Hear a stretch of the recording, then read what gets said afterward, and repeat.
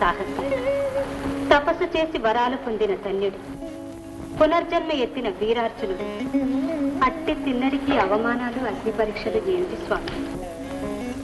దేవి, అర్జునుడుగా అతడు శత్రువులందరినీ జయించాక లోశత్రువు అయిన అహం అతనిలో విజృంభించింది. కృష్ణ భగవానుడు తన అండన్నాడన్న సత్యాన్ని విస్మరించి అసహాయసురుడనని అహంకరించాడు.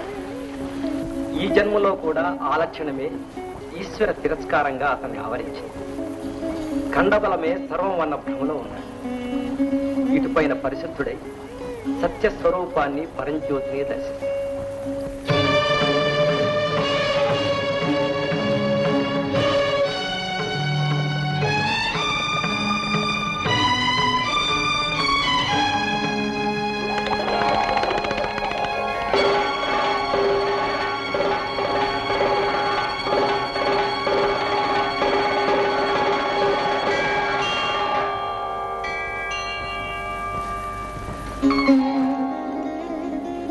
అన్నపూర్ణాదేవి, నీ ముద్దుల పెట్టడు నిన్ను తలచి పిలిచే వేళ ఇది. అన్నం పెట్టవా, జ్ఞాన ప్రసూనాలు ప్రసాదించవా?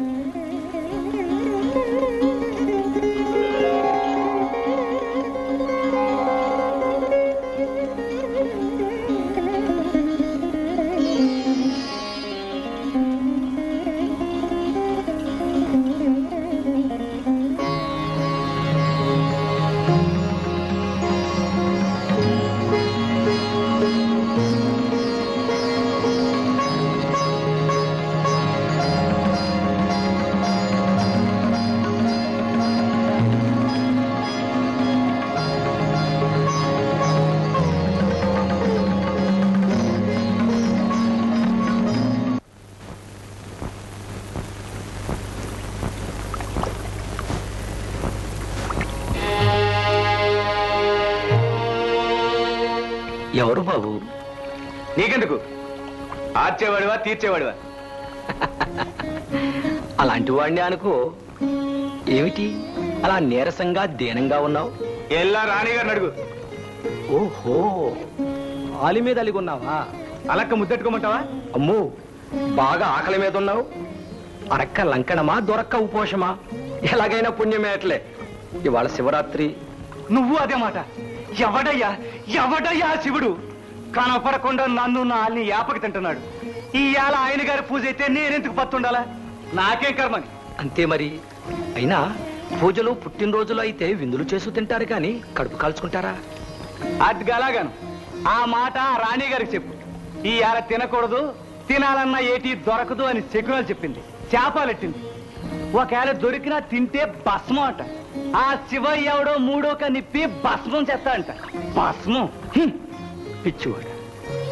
శివుని మూడో కంట భగ్గుమనే మంట ఉంది, ఓదార్చే వెన్నెలా ఉంది. మనం తెలుసుకోవాలి అసలు. మూడో కన్ను శివుడికే కాదు, జీవులందరికీ ఉంది. మూడో కన్నంటే లోవెలుగు, మన లోపలి చీకట్లో వెలిగే చిన్న దీపం. నీ తప్పు నువ్వు తెలుసుకో, ఎదుటివాడి గొప్ప ఒప్పుకో. అప్పుడు చీకటి చెదిరిపోతుంది, దీపం పెద్దదవుతుంది, దారి బాగా కనిపిస్తుంది. అప్పుడు నువ్వే శివుడివి. ఆ చూపే మూడో కన్ను. ఆ కంటి సిరి నీ కండ సిరి కన్నా గొప్పది. ఏటయ్యా మళ్ళీ శివుడు అంటావు? అసలే నాకు సిర్రెత్తిపోతాంది.